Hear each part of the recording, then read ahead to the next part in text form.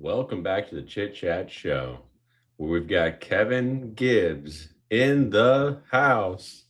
Hello, everybody. All right, And so thanks for having people me use here. how much time we have? What? Yeah, just thanks for having me here. Oh, yeah. So people usually file in here after a couple minutes, so we just do some intro discussion in the beginning. This is like kind of the Mhm, filler, but some people just watch the VOD, the VOD, so they'll see this part. mhm. Um, so what is it exactly that you do? So I'm a mental well-being coach, and I use both the psychological side that I have and the physical knowledge. So I used to be a personal trainer and a massage therapist. I bring that and some of my nutrition knowledge as well, and essentially help people with uh, gut issues from anxiety and people who feel that they're starting to burn out but not quite yet burnt out from too much work or overthinking. And we usually delve into their past, check out if there's anything negative there, then teach new habits of how to deal with stress, how to deal with both current stress and past stress, and then what kind of habits they can build to make their current life better. Yeah. I like that. And how does the mindfulness idea fit in that in mindfulness we're taught that we're the watcher of the Mm, thoughts. We're not the thoughts themselves. So you said mm, people think that they're overthinking, but in mindfulness the idea is that the thoughts are not us. mm. That is, I can see where that comes from, definitely.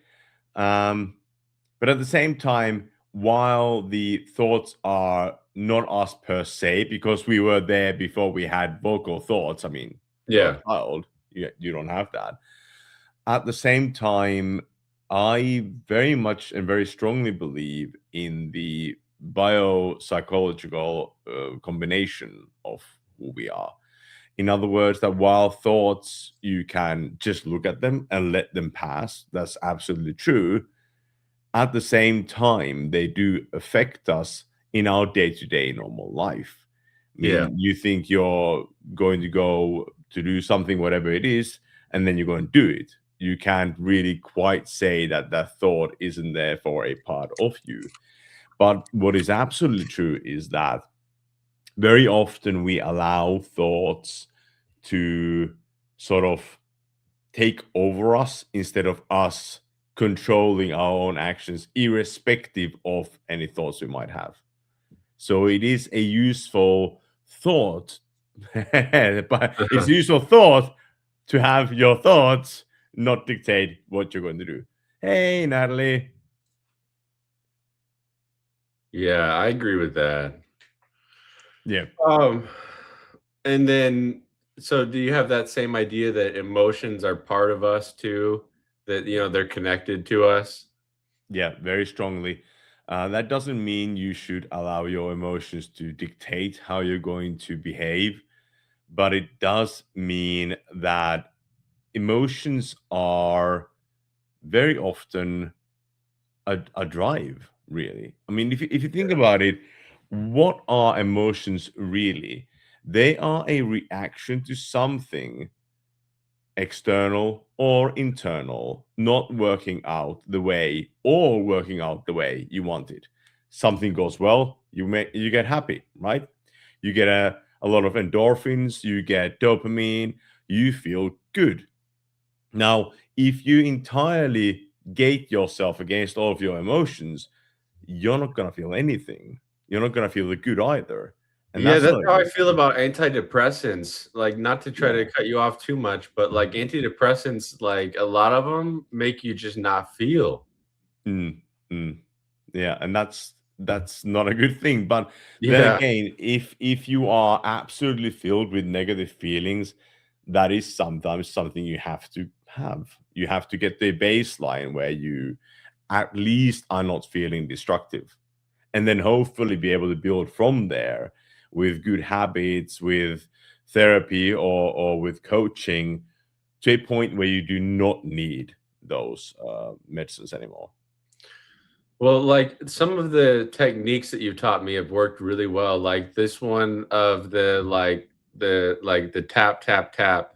Yeah. Like, I don't get how that works though, because it almost seems like a pseudoscience, but it works. So, like, I don't care if it's a pseudoscience. Um, Actually, you're not even too far off in a way, because so people who don't know what he's talking about emotional freedom techniques. And to give a very quick overview, in it, you usually um, first point out the negative feeling that you have. Let's say you have absolutely terrible stress, and you notice that that's anger toward, I don't know, anger toward your parents, for instance, for doing X, whatever it is they did. And that anger comes in your body as, let's say, a burning feeling in your stomach. Now you can start giving it a visual. You've got a burning feeling. Maybe it's a burning ball in your stomach that just incinerates everything. So you have visual, you can kind of see it, and then you can close your eyes and start tapping and saying the negative thing. So, for instance, it might be burning ball of anger, for instance. The idea is to either increase or decrease. Either one, it's a change. That feeling until you get to a point where you kind of can't feel that it really needs to change anymore much, or that it can. And then you have the positive opposite that you want in there instead. yeah, you're And like disassociating and then yeah, associating. essentially. So you're creating a sort of, like, I like to call it a Pavlovian effect. So you're going to start connecting the positive to the negative and vice versa. So anytime you start thinking of the negative, you actually think of the positive. But how it works, this is an interesting thing, because I also believed when I was taught this first that the tapping kind of makes it feel almost like pseudoscience. And so I did what I always do. Well, nowadays I use AI for a lot of research, though you still have to make sure that the URL to the study is correct and so forth. But I used to do a lot of PubMed research, so that's published medical journals. And what I found out was that was actually half right.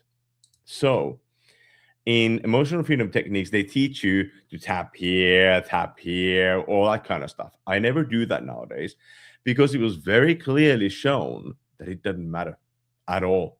It doesn't matter what you Where have, yeah. it doesn't matter at all. What matters is you tap. And the reason tapping seems to work, as far as I've noticed, is that it keeps you there. Because a lot of times when you start going into these very deep emotional states, you might actually trigger stuff and you might disassociate. So if someone starts disassociating, that's not a very good thing. If you tap, you cannot kind of disassociate, because you're all the time concentrating on the physical act and you're getting a physical tap. So it keeps you grounded. And I think that's literally it, basically. Yeah. The rest of it is just in your mind. You're going through that, because anything you focus on, as simple as that. So if you're focusing on the negative feeling, you either will increase that feeling, or your body will just say, actually, that's not that bad, and drop it. It's like we kinda become our thoughts and, like, to a Yeah. degree. Yeah. And, like, I was doing it while driving the other day about the really bad stuff that, Mhm. we talked about, and, it just felt liberating. Yeah. Yeah. And that is actually a very interesting thing that you said, liberating, because so far, um, a bit of a backstory. Most of my clients used to be Finnish people, so now I'm dealing more with the international crowd, as it were. And so far, 4 people have used that particular word. They all have said it's liberating. Yeah. And I understand why that word seems to be so used, because you feel this feeling of, like, the problem's kind of gone. Maybe not always fully, but it's not haunting you. It's not pushing on your shoulders all the time. And that does feel liberating. It really does, because you're able to move. It's a little bit like having, like, if you would have a really heavy coat just pushing you down all the time, like dozens of kilos, and then you take it off. The feeling on your shoulders, they can move. So the same idea psychologically, you feel, I can move. Would you Yeah. agree with that? Yeah, I do. Yeah. Hey, we have some people here. Yeah. Hey, actually, I was thinking, Max, I would love it if you feel it's okay for people to ask me questions too, like just Yeah. whatever they want. Yeah, chat, ask some questions. We're opening it up to questions, so I'll be reading them. I've been reading chat this whole time, Mm, and I'll be following it. We're cool. still having people file in, Yeah, that's but brilliant. one question for you is, Mm. I think I know the answer, but you believe that talk therapy can make a real difference, right? Yes, and at the same time also no, actually. Ah, so so I think there's a very important distinction to make here. But before I go deeper into this, it's important for people to know that I'm actually not a psychotherapist or a psychologist. So I don't deal with people's problems when they have like depression or psychosis or anything like that. And as a little background, which will explain my view to the answer I'm going to give you soon, is that around 12 years ago, I was, because of my irritable bowel syndrome and because my autistic son didn't sleep, at a point where I was going to off myself, basically. So, what I got from the Finnish government was talk therapy and also ideas on like what not to eat and all that, which didn't work because it was psychological, not the food itself. But what's very important to know this there is that I didn't get any help at all from the talk therapy. Not at all. So why do I do that with people? Because actually I don't. So there's a big difference between just talking about the issue and actually dealing with it.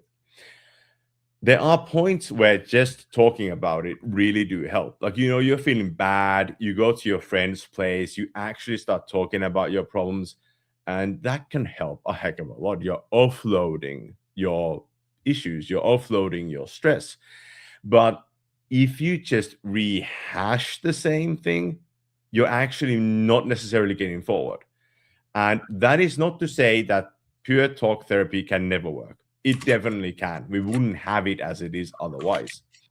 However, what I tend to do, and what you've noticed yourself, Max, is that when I start with a client, I do a very deep and thorough questionnaire set. So I know exactly what's going on with my client. And then we start going through the easier things first and go deeper and deeper as the time goes by.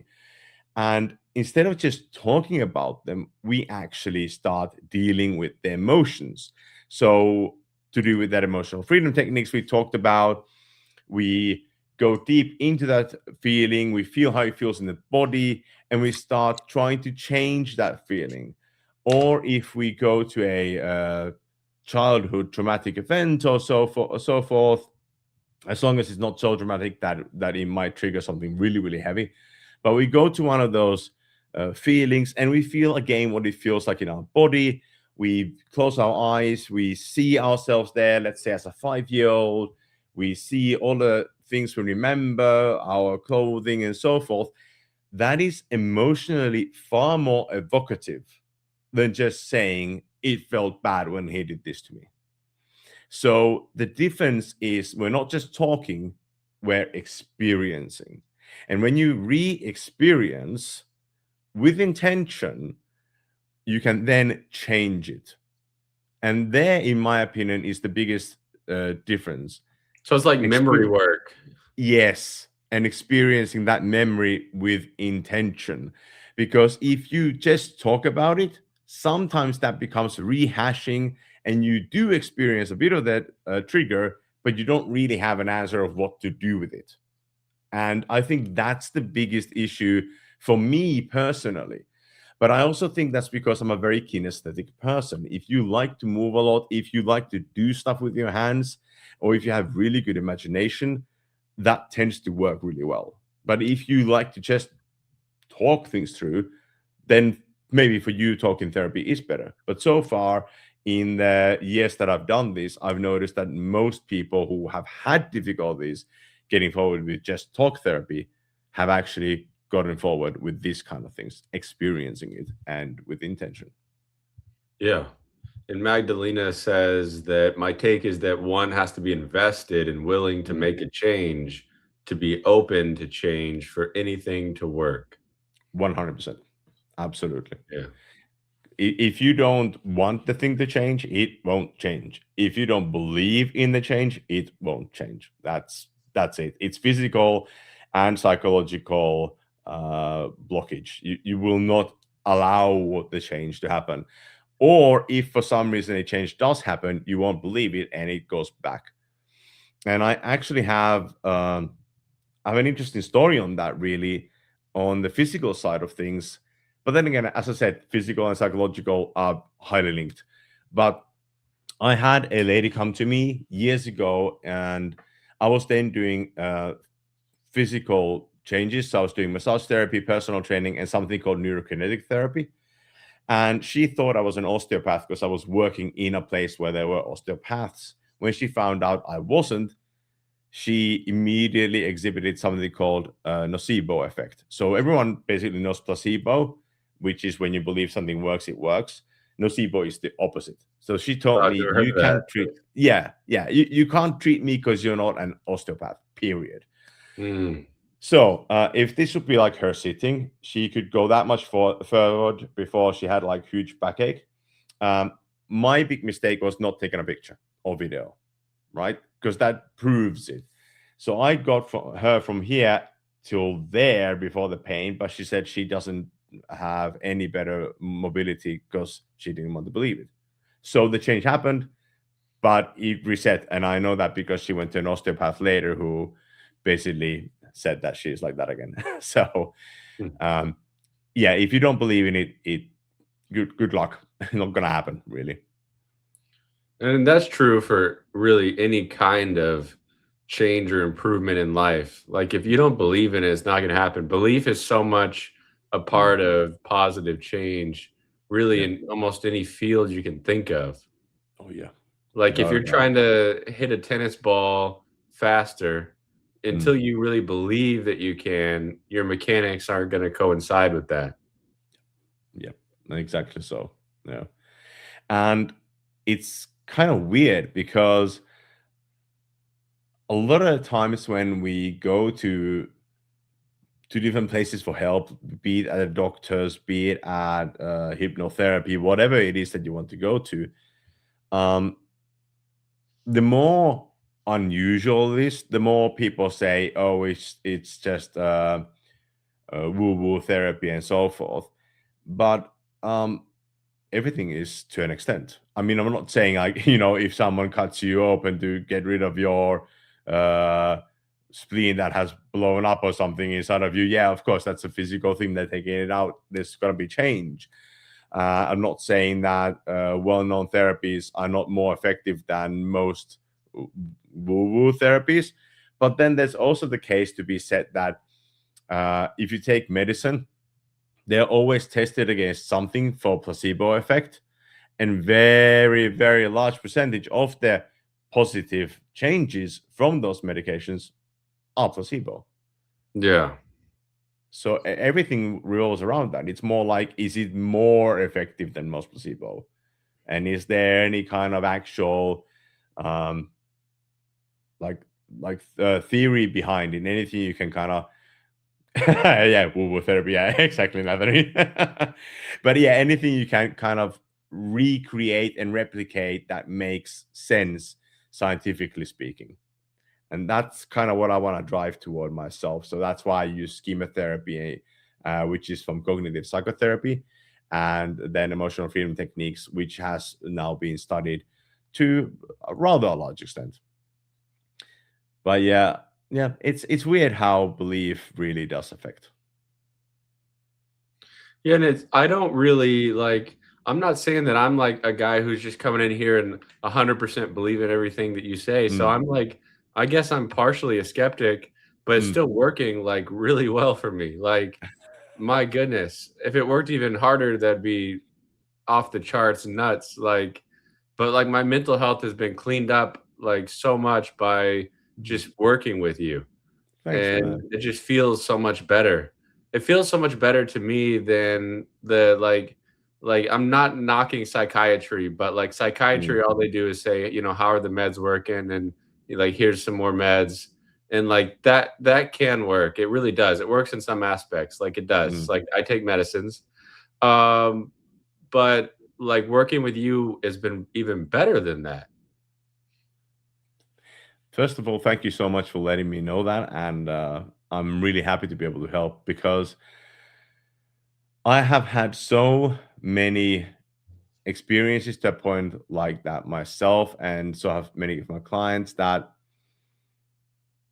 somehow our current governmental psychotherapy has gone more and more toward here's the medication and just asking how are you Yeah. uh, It's so instead of surface level, man. Like the yeah, with my psychiatrist, it's so like, oh my gosh. She even asked like, how's my podcast though? So at least she asked that. I'm like, okay, that's a good question.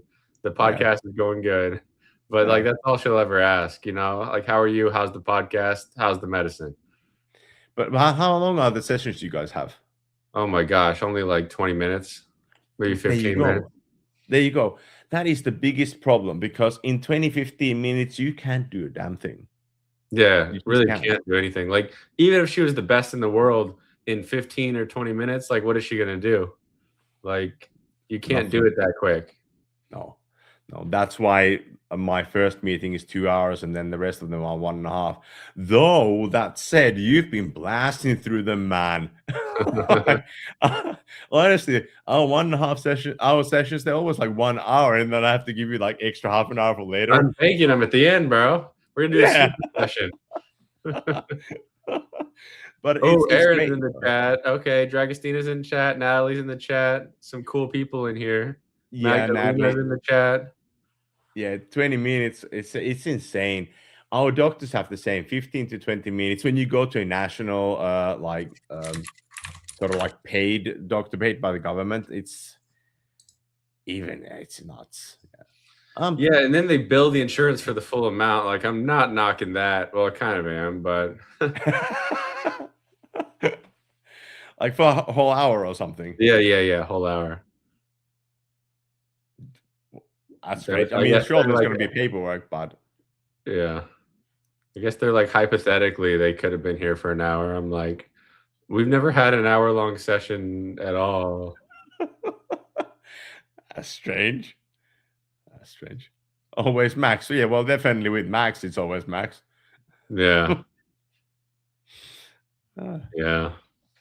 yeah. So hey, anybody have any questions you want to ask about anything really? About living in Finland, about raising two kids, You can ask that too. All right. about therapy adjacent coaching, which I call TAC. Hmm. That's a nice I have a acronym few actually. tricks up my sleeve for when I get panic attacks. Ooh, this is good. I used to get bad Mm. panic attacks. But do you have any advice for something more immediate for panic attacks? Like touch three things, look at two things, smell one thing, maybe not socks. Well, if they are very old socks, that'll definitely bring you back pretty quickly. Yeah. Um, so yeah, panic attacks are definitely like if you would have frequent panic attacks, then that would be outside of my jurisdiction because I'm not a psychotherapist or psychologist. But I've had one myself, and what I noticed when it happened was that I automatically went into self-hugging. So my reaction, I didn't think this through. I just like I grabbed myself and I started doing this, and that combines a few things.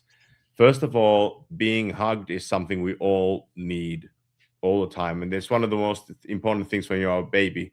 A lot of babies have actually died from not being hugged, so this is something we really need. So this kind of gives you security in that sense. And then the movement back and forth, again, it's like being held by a mother or dad and being swung. So that's called self-soothing, and that can be really, really effective.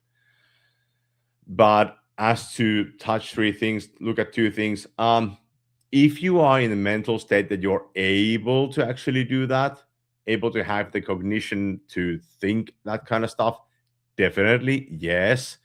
Tapping yourself, tapping your feet on the floor, anything like that can help.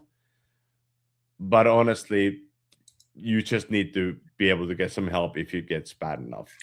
Self-help can really be good, but at the same time, that's what crisis lines are for. If you get a really bad panic attack, you can try and phone them, depending on your country, obviously. Uh, yeah, Finland is quite a nice place, but I have to say, Finland is going down a little bit. We're cutting from healthcare, we're cutting from old people, so it's going down a little bit. What the Sigma? Oh my dear. Dear Lord. That's my man Vance, man. Yeah. Yeah, he works for the US government, so clearly he needs a little bit of therapy adjacent coaching. Automatic. Automatic. Vance, like, just sign up, buddy. Please do. Yeah. Yeah, but panic attacks are they're an interesting thing to me, physiologically speaking, because there's something that has made you feel like you're unable to control. That's for a lot of people anyway. That was what I felt. I cannot control, I cannot cope. And short term, of course, you can't do anything at that point, but long term, being able to deal with whatever there may be at the background that makes that trigger come is beyond a doubt the main thing, because otherwise they'll just keep on coming. Oh, three best feedbacks my clients ever gave me. Oh man, that's brilliant question. That's a brilliant question. Thanks, Dragostina. So,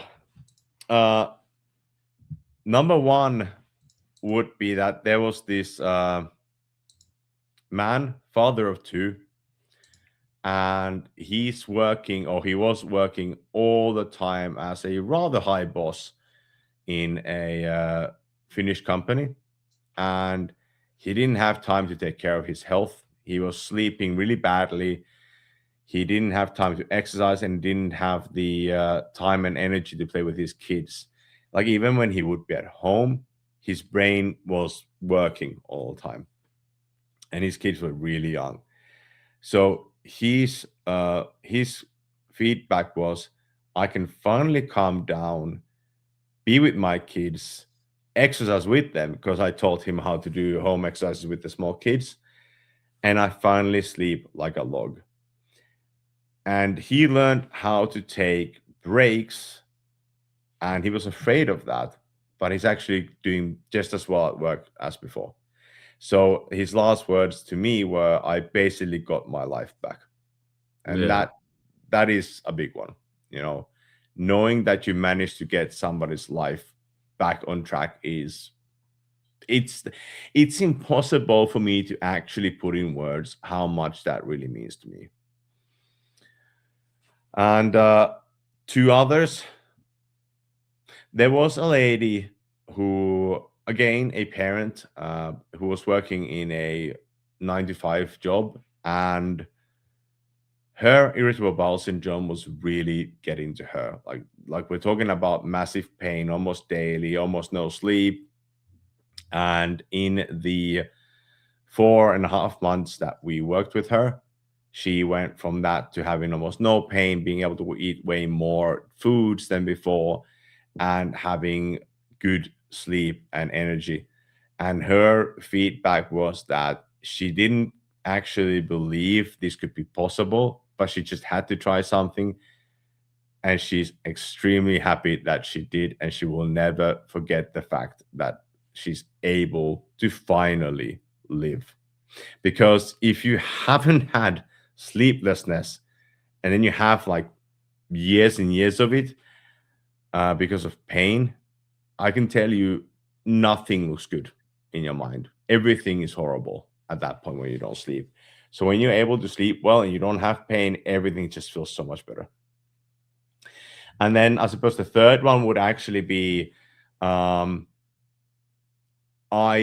earlier on unknowingly helped in a chat a person I mean, I not only helped them, but unknowingly a person who was actually suffering from suicidal thoughts. So nowadays, I make sure that I always screen everybody for anything like that because I don't want to get in that situation again.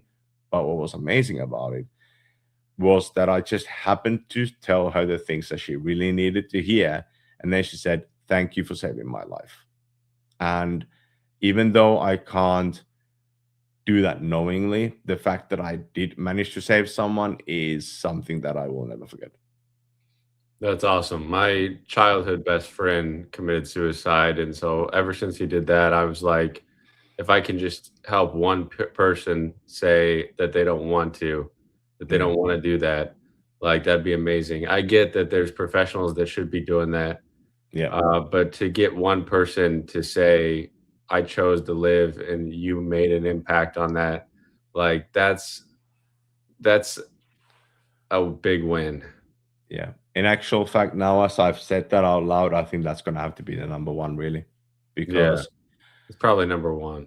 yeah, because you can't do any better than that, really. Yeah, You can't. literally saving a life, like, Yeah. you're net neutral now in this world, you know, like, jeez, that's Net amazing. neutral. Yeah, Yeah, when I die, yeah, yeah, and the when plus you one. die, it's a -1, and then they're alive, so it's a +1, so it's a 0.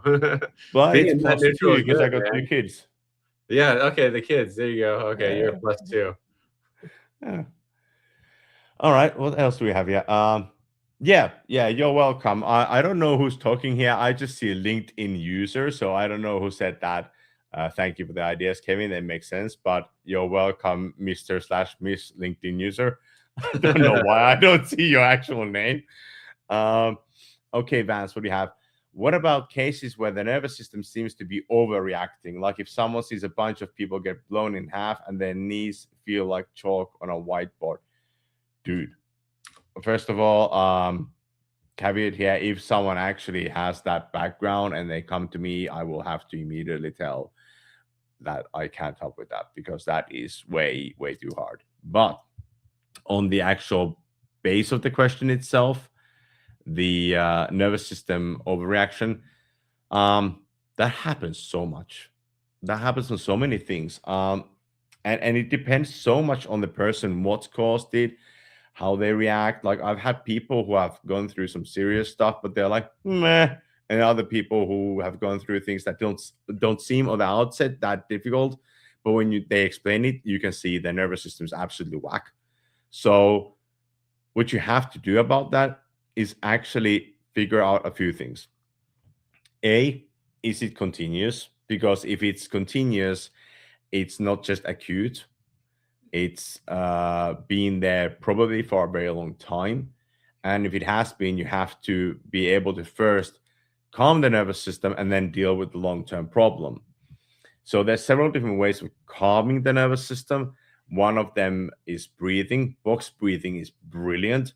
Box breathing is you breathe in through your nose if you can. If your nose is blocked, through your mouth, fine, but nose is best. In through your nose for X amount of seconds, then out for 1.5 to 2 times longer, and again, short, long, short, long. So you make a box. The preferred usual method is 4 seconds in, 8 seconds out, but that can be really tough if you've never done any breathing exercises like that. So it can even be like 2 seconds in, 4 seconds out, or 4 seconds in, 6 seconds out. Doesn't really matter. But when you get to that double point, that's kind of the sweet spot. And what that does is it lowers your nervous system's reactivity. It makes your whole body calmer, particularly through something called the vagal nerve. Some say vagus nerve. And that can calm down your heartbeat, your lungs, i.e., you're breathing slower just because you're calmer. Your digestion, which is what I was specializing in for several years with the irritable bowel syndrome, and also your entire body's tone. So the muscles start calming down as well. That's a brilliant breathing exercise. Another thing is really just going out for a walk. it is incredibly effective if you go for slow work, particularly in the forest. So if you can do that, you go for a walk there and you listen to nature, and then you do your box breathing there. That is damn effective.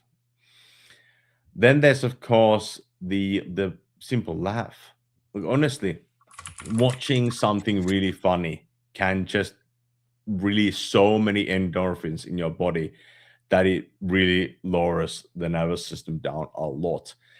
But these kind of things are in the moment. Obviously, if you do them often, you can reteach your nervous system, which is a very good thing.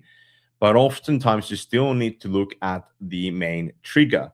So, for instance, all right, I'll give you an example here from when I was dealing with one uh, lady who was riding a horse. So this is quite a long time ago.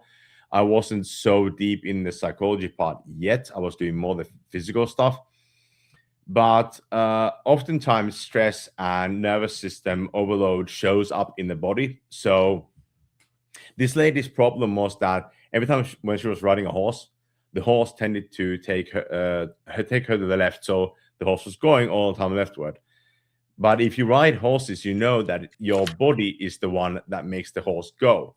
So she knew that, and she came to me saying, "What do I do about this?" Long story short, I found out that it's her tailbone. So she'd fallen on her butt when she was 9 pretty heavily. And I tried to treat that. So I went to the tailbone, and she almost had a panic attack from that. And I really just had to let go. She was saying, I can't do that. It's too terrible, not just too painful, but psychologically. So then I thought, okay, well, I have some psychological knowledge at that point, and we'll try and deal with this. So I was using emotional freedom techniques at that point. And what ended up happening was that when she fell as a 9-year-old on her bum, she was there with her 6-year-old sister and her 5-year-old friend. She was alone there with them. So she was kind of the adult in the situation, and she didn't want to scream in pain because they would have got scared. So she held it in. And this is what I meant when I said some people just go through stuff that doesn't seem too bad on the outset, but in reality, it's pretty heavy. For a 9-year-old to be a parent in that kind of a situation, and then to have to hold the pain and anguish in, that's a lot. So we dealt with that psychologically first. And then when she was fine talking about it, she felt good about it. Then I went physically to the tailbone and managed to treat the problem away. Then she could ride the horse straight. So sometimes calming your nervous system really requires you to go to the very roots of your nervous system's issue, which in this case was that fall where she had what she had when she was 9. And that just releases the body very much easier and the nervous system as a whole. I don't actually know this term. What's MQ9? Maybe that's American psychology terms or something. I'm not too sure. But yeah, yeah. What? It's a fighter plane. Oh, right. Yes. Well, I would imagine that would be pretty common in those things, correct? But that would definitely require a very specialized psychotherapist, definitely. But Natalie, yes, sometimes you do just need someone who gives a shit. This is actually true. Many times we think of different kind of coaching, therapeutic talking, and all those, not in a continuum, but more like I'm absolutely okay. I need help, and therefore I need to go to a psychotherapist immediately. But there's so much in between. You feel bad. You talk to your brother, your sister, your friend. They actually care, and long term, you start feeling better. That's enough. You don't always need any kind of coaching either, or definitely not therapy. But then there's the ones where you need a little bit more help. Then it's good to have somebody who knows what they're doing from mode's perspective, and then there's the cases where, like what Vance was saying, where you really do need in-depth psychotherapy.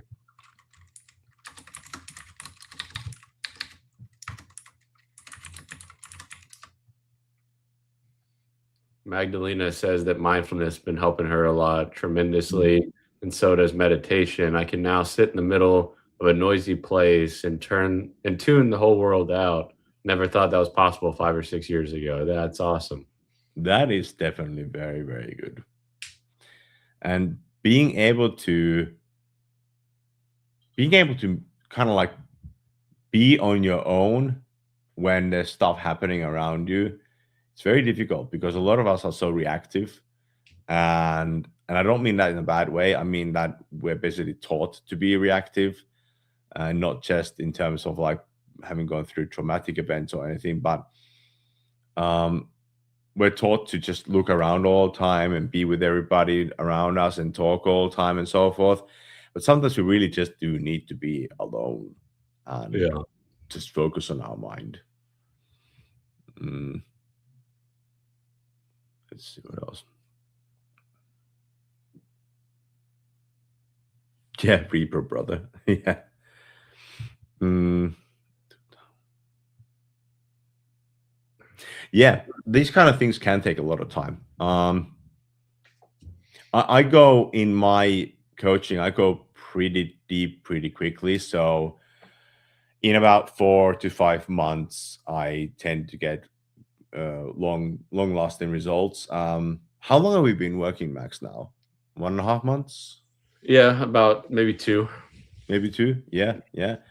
And how much would you say? I mean, it's very difficult to quantify, but how much better would you say if you can quantify it somehow? Do you feel now? Oh gosh, like I really do think we're at least 50% better. Excellent, excellent indeed. Yeah. Yeah, and that's kind of what I'm like aiming at, that pretty quickly the stuff starts working. But it can be rough as well sometimes. You have to gate how far you want to go, how quickly you want to go, and it And just be doesn't. open to change. Yeah. Like you have to be willing to leave a lot of that old stuff kind of in the Mm, dust.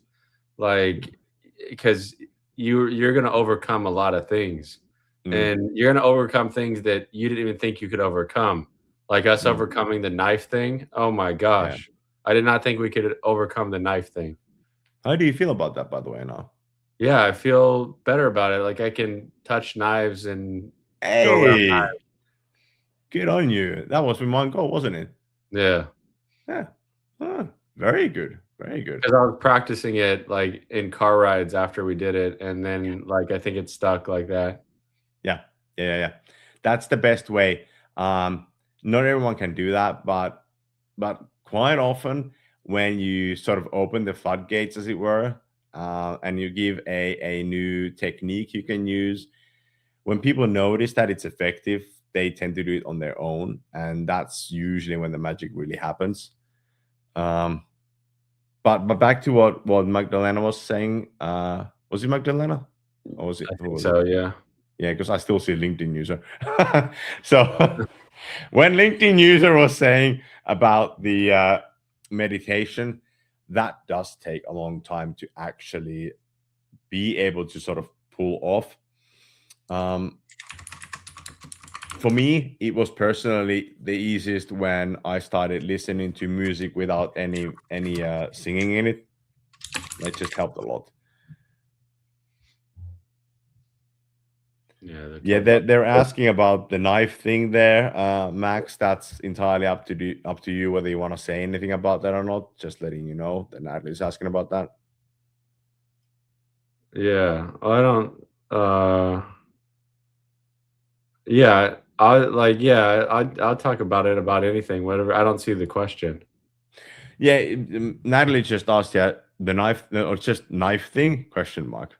Oh, yeah, my ex almost stabbed me in the, left eye, very, very close, like, this close, maybe a centimeter and a half or a centimeter away.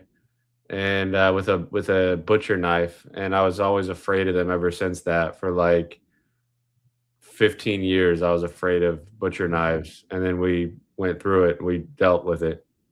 Yeah, yeah, and that's actually where where emotional freedom techniques seems to be one of the most powerful things that I've seen.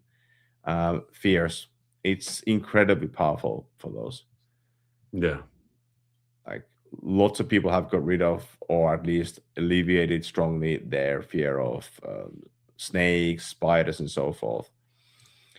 But yeah, I mean, that was when when Max told me that, I was like, whoa, that is rough to go through.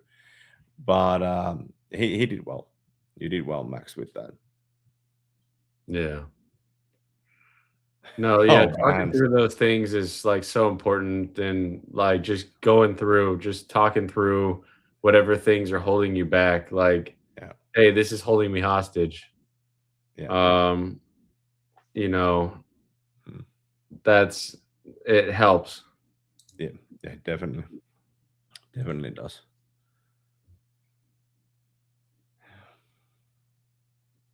Yeah, What the hell? Yeah. No yeah, wonder Max is still in a situationship. Yeah, that's yeah, exactly Max. why. That's exactly why. Trauma, guys. Any situationship is built on trauma. Probably true. Yeah. You know, sometimes people ask me, do I feel traumatized when I hear these kind of things? Because, I hear some seriously Yeah, bad stuff. And I don't, thankfully. I learned skills on how to sort of be empathic, feel it, but not dwell in it. But one thing I do think for anyone who is in or is about to go into any kind of therapy related work or coaching work, you need your own therapist, without a doubt. Like I have my own actual psychotherapist, and that's partially because of my own stuff from the back when, because you can't deal with your own things as well, but partially also because of these. Like sometimes I hear stuff that I won't go too deep in this, but like people have been really badly hurt by their loved ones, or loved ones in that case, and it can be rough. It took a long time for me to learn how to sort of imagine a glass case that I can step out of, but nothing can come in. When I managed to do that, then it really helped.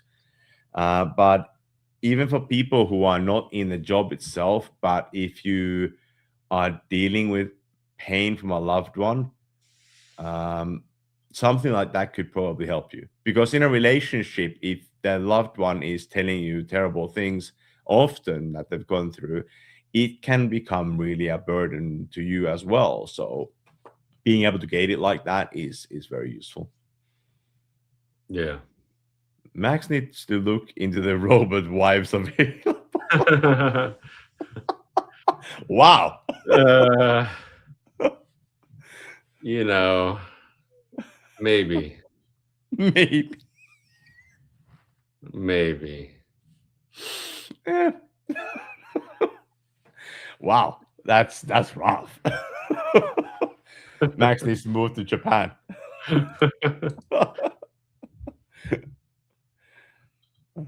I You need to ask the robots, "Igurisu ga hanasemasu ka?"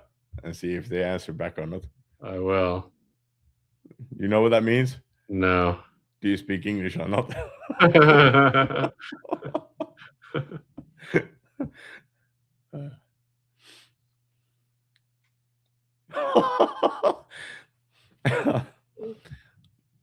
Vance, you have to start making videos on how not to be a mental well-being coach.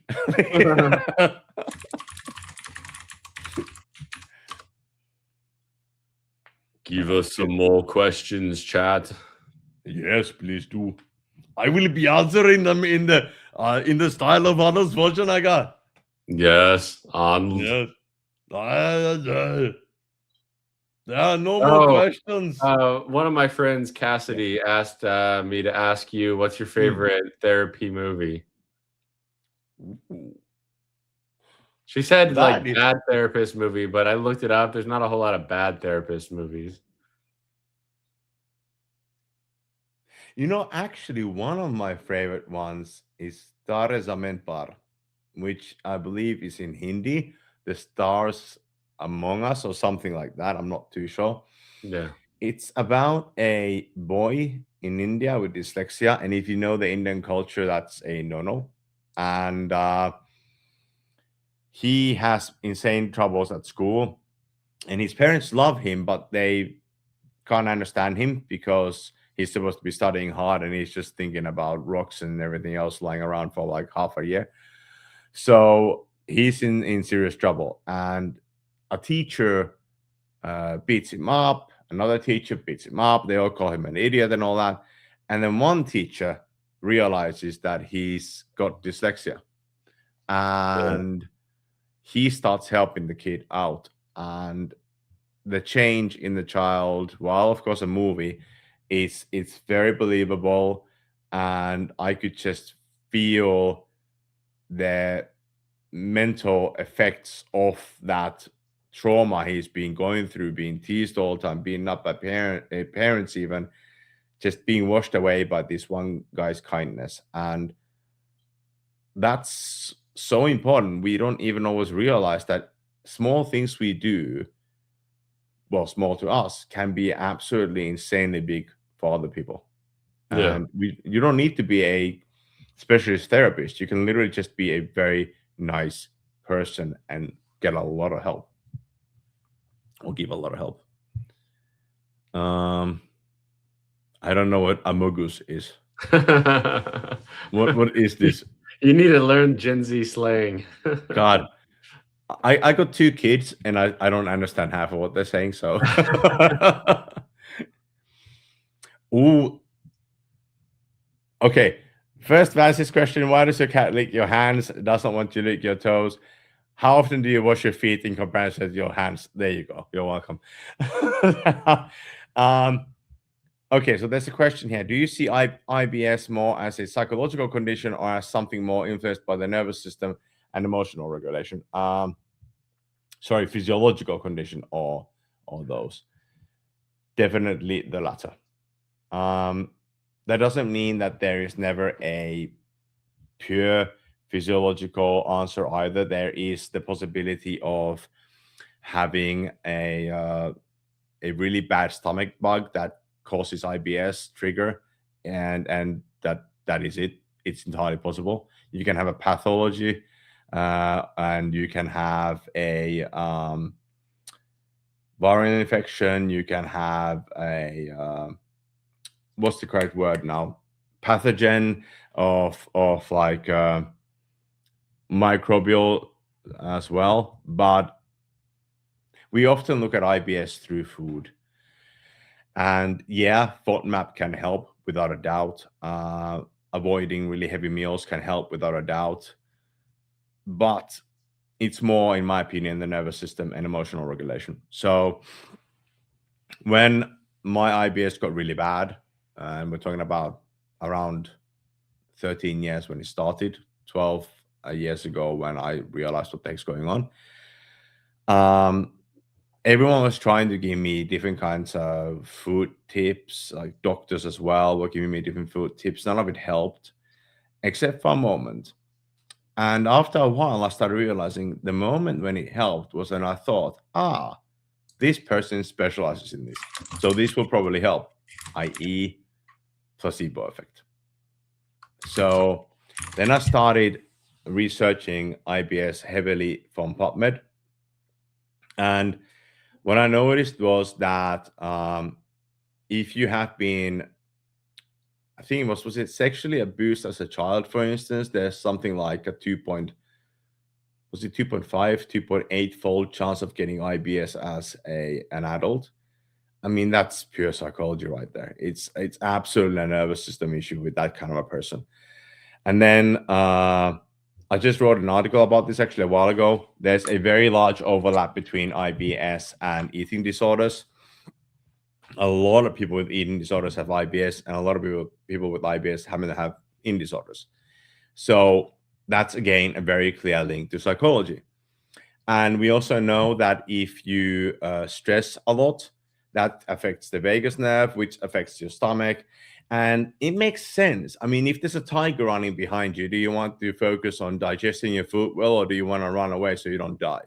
Well, Run obviously away. the latter. Yeah. And to your mind, it doesn't matter if it's a tiger or if it's constantly tax issues or whatever. It still hits your nervous system over time. So that said, there are some physiological stuff that actually does happen there. So I don't want to go too deep into the biology, perhaps, but um, so nerves are sort of like this in a way, linked to each other. So there's a little space there, and chemicals come from here, and they go in there, and there's receptors here. Now, there's there's an organelle there. I can't remember its name right now in English, but nonetheless, there's an organelle there, and it kind of slows everything down. But when there's enough impulses coming through the same nerve often enough, that gets destroyed permanently, and this part gets more receptors. Now, that might sound terrible that something gets destroyed permanently, but it's supposed to happen. So that's how you learn to walk better. That's how you learn to squat better, and so forth. That nerve is now primed to do that particular job. In IBS, what sometimes happens is that the pain you're feeling from the bloating, from the pressure, from the really quick movement, for instance, or the non-movement of your stools and gases in your stomach creates pressure all the time on the nerves outside of your gut lining and of your intestines, and that pressure starts sending that information. Now, when you have that continuous information, that is then learned over time, and when the learning has fully happened, now your nervous system is primed to tell your brain that there's a problem here, even if the problem is very small, i.e., there's a little bit of gas, there's a little bit of bloating, boom, pain. You can, however, stop that. Now, caveat here, you cannot treat IBS away. That's done. If you have actual legitimate IBS, it's there. But what you can do is double gating. So one is when information goes, it doesn't go straight to your brain. It goes through your spinal cord and then into your brain. So your spinal cord information can actually be kind of stopped by your brain. Your brain can go whatever, it doesn't really matter. And you can also, in your brain, gate the effects thereof. So you see this actually happening day to day. If you step on a nail, it hurts like hell. But if your kid is in a room where there's a fire, you don't care, right? Your body goes, doesn't matter, because that's much more important. So the pain is gated away. Essentially, there is no such thing as pain per se. So when your brain decides that it doesn't matter, then you don't feel it, even if the bloating is there still. And because you don't feel the pain, your body doesn't go into alarm. So if you don't go into alarm, then your nervous system stays more calm. And that, of course, allows your stomach to work better. So then it's a self-positive feedback loop in a way. Not exactly, but in a way. And one thing that I found was very interesting in that is that if you focus on sleeping well, if you focus on trying to be as positive as possible, not toxically positive, but checking out the good stuff in life. You laugh, you have somebody you love, you feel taken care of, then your body and mind automatically tend to do that. So I've got a wonderful girlfriend, I've got 2 fantastic kids, my dad's doing well, I'm feeling physically good. I haven't had almost any IBS reactions in about 6 years, and IBS almost killed me. So it's very clear to me that if I stay happy and things are going well, I'm okay. Now, that doesn't mean that if I eat a massive amount of food, it wouldn't trigger me. Yeah, it would. But even then, the trigger goes away quite quickly. So, to answer the question in a nutshell, it's more, in my opinion, a nervous system slash emotional regulation issue, but there definitely are physiological parts in it as well. Yeah. Oh, come on, pants. Oh my god. I'm not gonna read that out loud. I told him a few days ago that he's very good at trolling, so he's just living up to his name. He's got a name tag on, says troll on it. That works. Yeah. And he's proud to be that part. Has Max made out with Chit again? I'm not making out with Chit. Oh, Jesus Lord, Natalie. Oh, wow. I was so stressed once I was puking and pooping blood. Yeah, that's bad. I mean, but it does happen. If you get very, very, very badly stressed, your whole body can go absolutely haywire. There was this one guy I was talking to. I was trying to help him online with IBS. Unfortunately, he decided not to go forward with it. But that guy had stomach reactions, like really bad stomach reactions from putting his shoes on. That's it. So can you figure out why you would have stomach reactions from putting your shoes on, Max? No.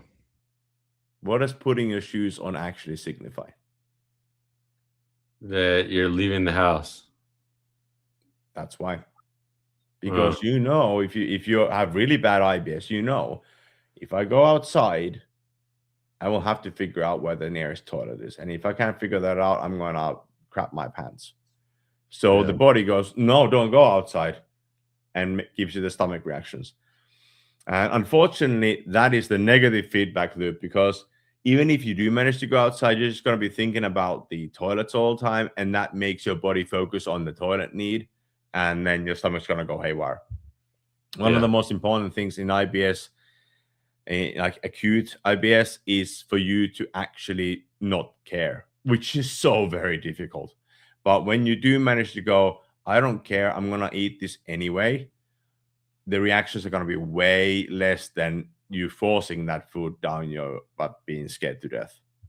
So it's very, very, very strange how effective, in a negative way, stress can really be.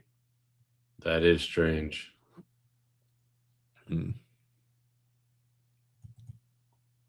Yeah. Tragostina asked a question. Oh.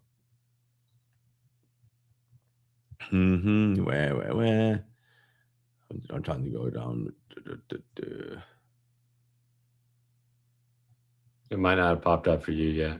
Yeah, I'm just gonna answer this part first. So again, was it Magdalena who had the LinkedIn user from me? Yeah, I think so. Yeah, okay. So Magdalena, first of all, sorry that you've gone through IBS. It's insanely horrible.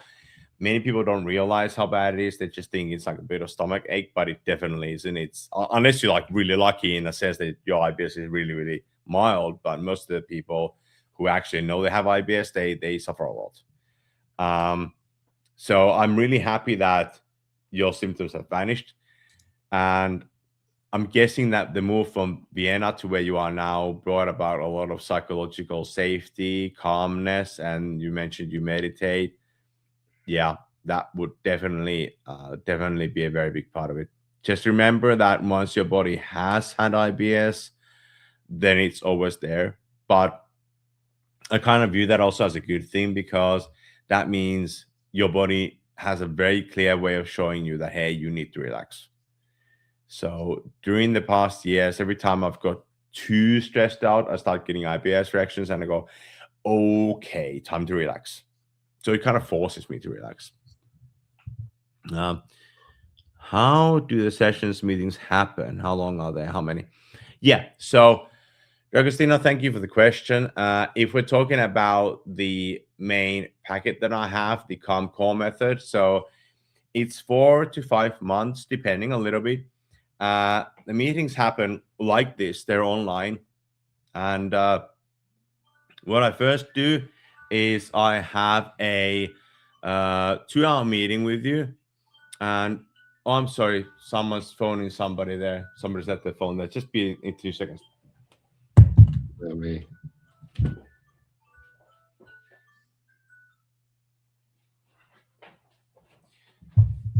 Yeah.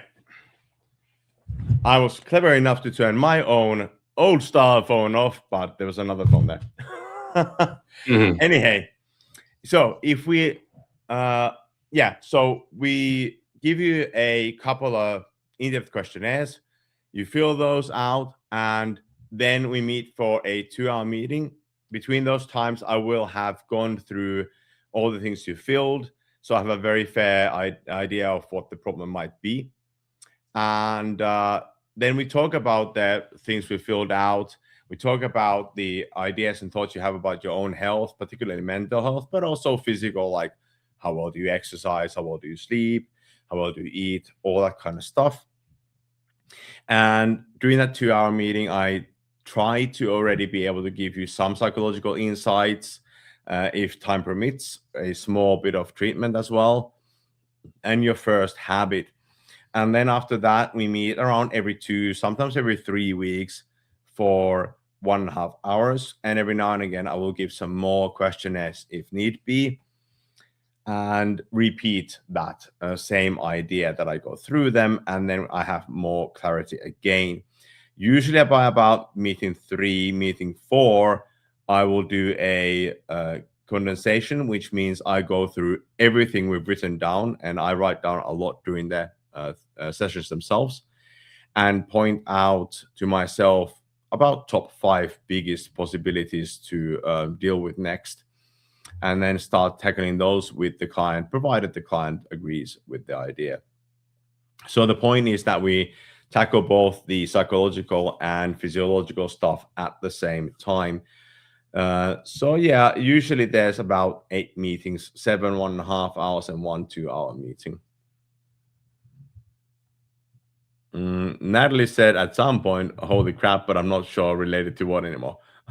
I don't know, but it's just like there's a huge holy crap there. Okay, what did I do? Don't know.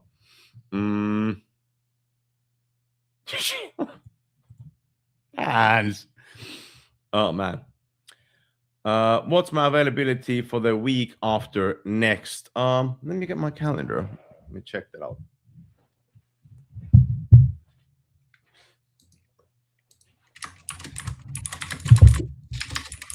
So, by the way, seeing as you are asking me the week after next, that depends on how you look at it, because apparently, if I remember right, in England, the first day of the week is a Sunday, and sometimes it's a Monday. So I don't really know how to look at that. For Finns, it's Monday. So I'm going to go from the 6th next week, and then from there, week further. So what are we talking about? We're talking about the week starting on the 13th. Okay, so in Finland, it's now 1933. Don't know your time. If you're looking for evening times, basically Wednesday and Thursday that week would be the best. But what I would suggest, because I can't send you a message because I don't know who you are, because this doesn't show me who you are. But if you could send me a DM, my DMs are completely free here. They're not gated. Send me a DM and I will check out the possible times for you. You can do that now if you want, really. But also if you want your username in chat. Oh, cool. Thanks, man. Yeah. It's my name is my username. I love that. How about, Max? How about I give you my actual LinkedIn profile and we put that there? Oh man, that was good. Yeah, because I don't think I can write in this chat. Can I? I can't figure out how. Yeah, you can. You gotta. Hey! You know. No, no, that's private.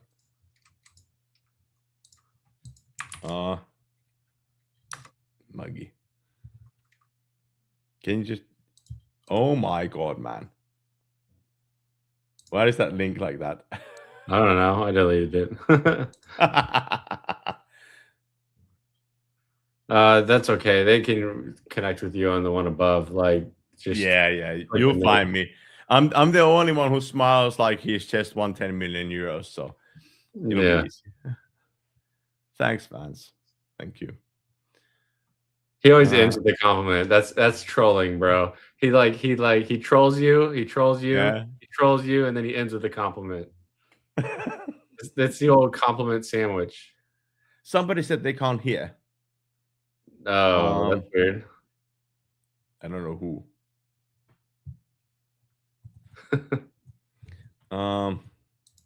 Yeah. I don't know who.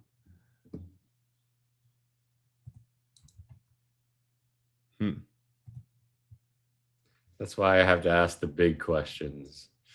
That's funny. Yeah. Maggie. Yeah, Maggie. I don't know if I can just find you or not. But you know, you can probably find me unless you want. Does anybody see Maggie's surname? Because then I can just find her. Bouchart. Okay.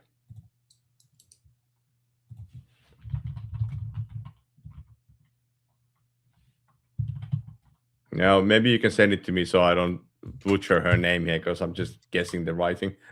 Sorry, Maggie. Oh, you got your hearing back. Cool. I mean, your hearing back. That sounds like somebody's magically being cured. Yes.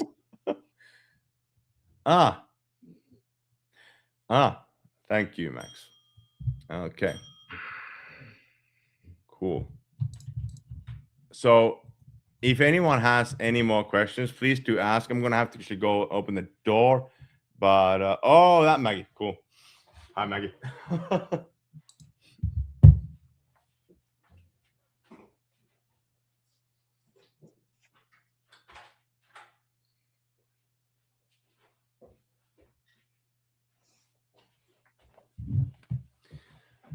Coolly. Oh, not a second without something happening.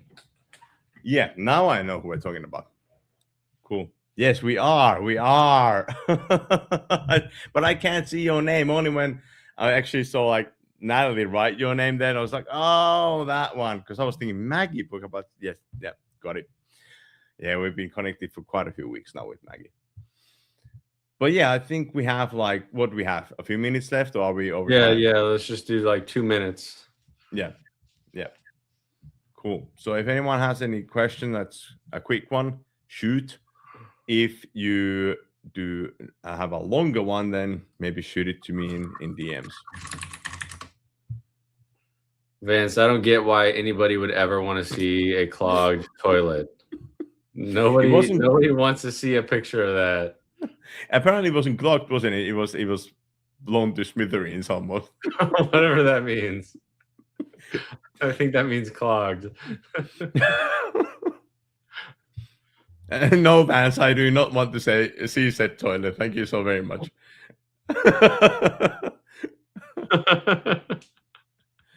Viewing said toilet is not in my priority list.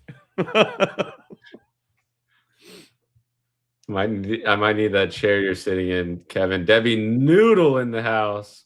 Yeah, definitely, Vance. This chair is not clogged. Correct. What is involved in trauma-induced coaching? So I'm guessing you mean trauma-aware coaching. So what I do is quite close to therapy, but not quite. So the biggest difference is that I don't go as deep into really, really terrible stuff. Like if you're feeling suicidal, ready to hurt yourself, or if you feel massive anxiety or you have panic attacks about some certain subject, I can't go there because I'm not a psychotherapist. But other than that, I help with problems coming from your childhood that don't trigger insanely strong feelings. I help deal with stress that you're currently feeling. I help with fears, like Max noticed about the knife thing. But also, I like to combine that with my knowledge about physiology, exercise, nutrition, and so forth. So I check out how will you exercise? Can I maybe help you with that also online? Body exercises and so forth. I definitely can. Nutrition, sleep habits.